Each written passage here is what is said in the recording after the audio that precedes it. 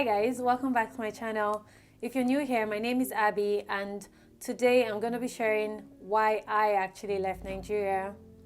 If you had watched some of my previous videos, you would know my move to Canada was not straightforward. It had twists and turns. So many people were asking why, what made you actually continue to struggle to leave the country when you had obviously been turned down so many times.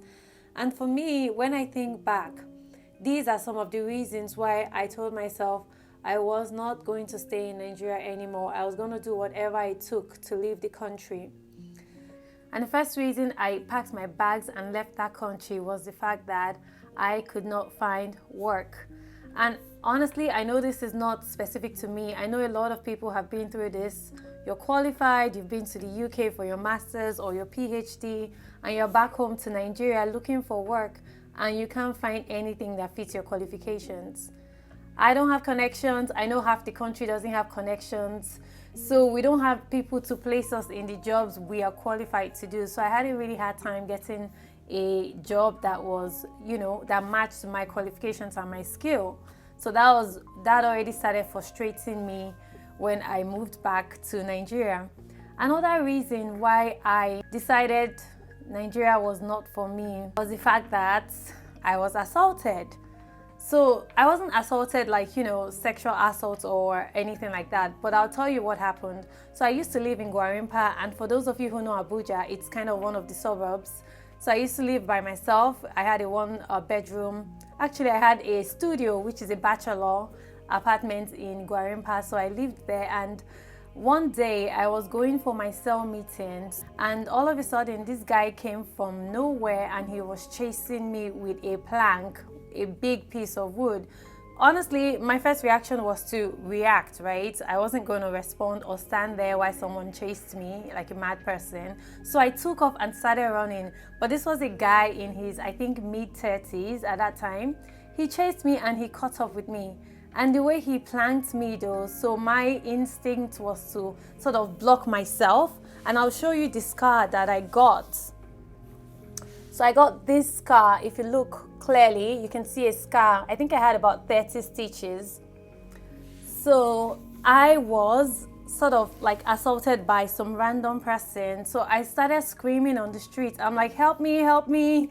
And people came running on the street and they were like, oh, what's wrong? Like, who's this guy? So while they were trying to figure out who this random human being was, an elderly lady came from a neighboring compound, and she came and she started saying, sorry, my daughter, I'm so sorry, please forgive us.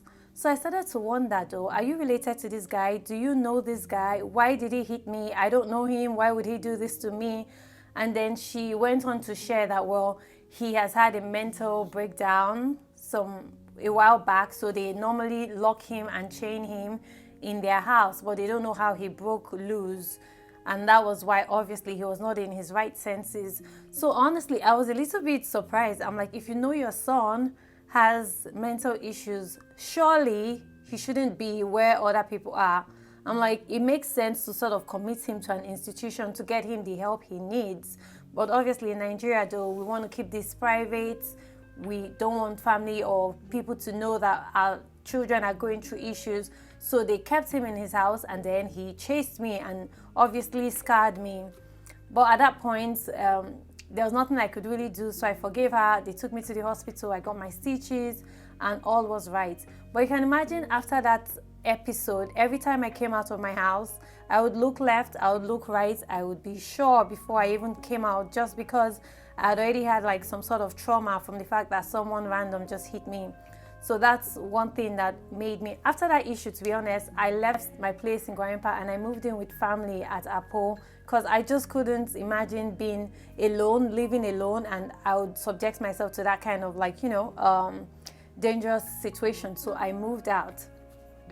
The third reason why I left Nigeria, and I think this was the reason that actually gave me a lot of push. One of the reasons why I said I am done with this country, I am going to leave, I'm going to go to somewhere that was safer, was the fact that my dad was kidnapped.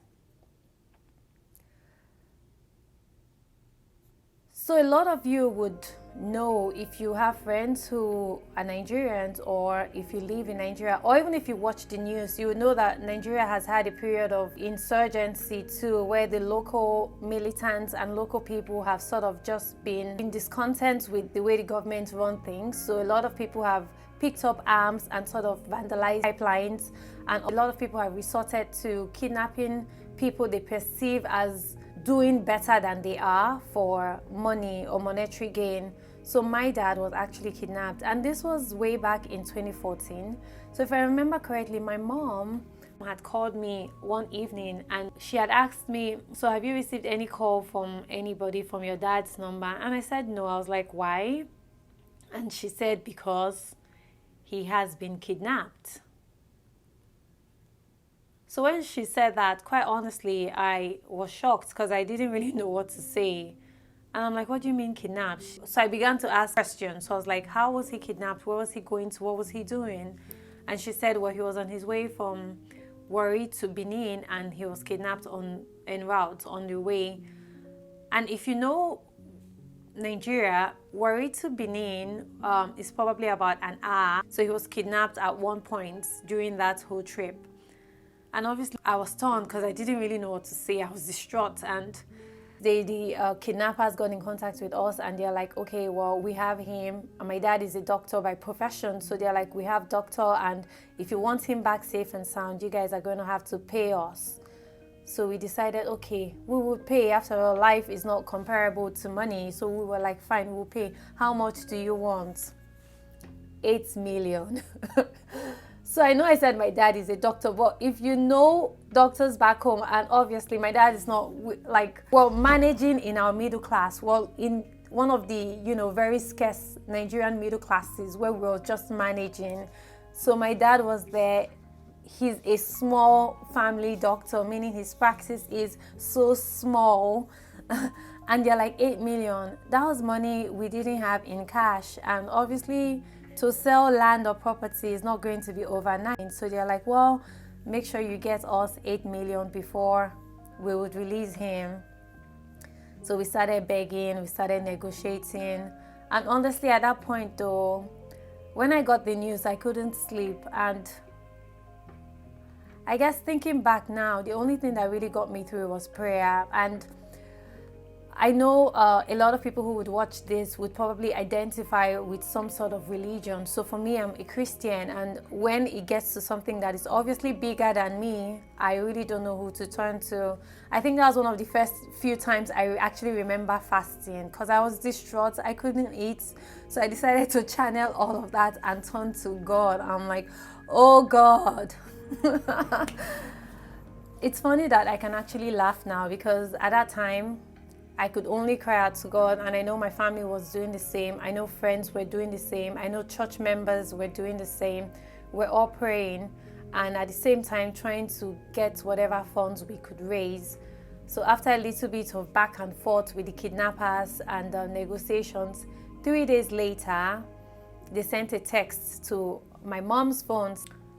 So the kidnappers had told my mom exactly where we could go and pick up my dad, and my mom and I think some other family friends drove towards that direction, and they obviously saw my dad limping along the street. So they had held my dad. He was kidnapped for 3 whole days, and my dad is right now, he's in his 70s, so he must have been in his like mid 60s at that time. His leg was broken. He was just like limping on the road. It was in the evening, and honestly, we were really grateful to God. It felt like all our dreams had come true, the fact that he returned to us safe, because we know of people whose parents or loved ones or friends have been kidnapped and they didn't make it out. But so we were happy that my dad had come out. But you can imagine the trauma that he had to go through. His legs were broken. He even shared that while he was kidnapped, the kidnappers would like drape a rifle on his legs and stand on the rifle. Like, you can imagine how these people would, stand on someone else's like legs. And obviously he was subjected to a little bit of torture, and he came out traumatized. So every time I spoke to him following that experience of his, he was so paranoid, as he should have been, because he had been through a very, very painful experience. So every little thing, he's like, where are you? Where are you going to? So I was super conscious. And if you remember, I had also been assaulted. So every little thing in Abuja, I was so afraid. If anything sounded, I would jump, because I was super anxious. It was very uncomfortable living in Nigeria after that experience. So when the opportunity came to actually decide to move to Canada, I took it. And when I was turned down, I decided I wasn't going to take no for an answer. So I share these particular experiences to let you guys know that I know I'm not a one-off story. I know that a lot of people have been through worse than I have. I know that a lot of people are not even as lucky as I have been, and obviously there are other people who are luckier. But I just want to say though that regardless of your own experiences, it's the way you react to it. And as long as you're positive and looking for solutions rather than complaining all the time, I really do believe that things will work out in your favor. So yes, hopefully Nigeria becomes a better and safer place. But until then, I thought it was best for me to leave and to find ways for my entire family to leave as well. So I just wanted to share that experience. If you're new here, please make sure you like this video, and it would be great if you could also subscribe. It really does help my channel grow. And yeah, I'm gonna be sharing more tips of my life here in Canada, and also other things and issues that I have had to deal with, that it would just be interesting to hear your experiences as well. So please leave comments, and definitely reach out to me on my social media handles as well. Thank you so much for spending your time and watching my video.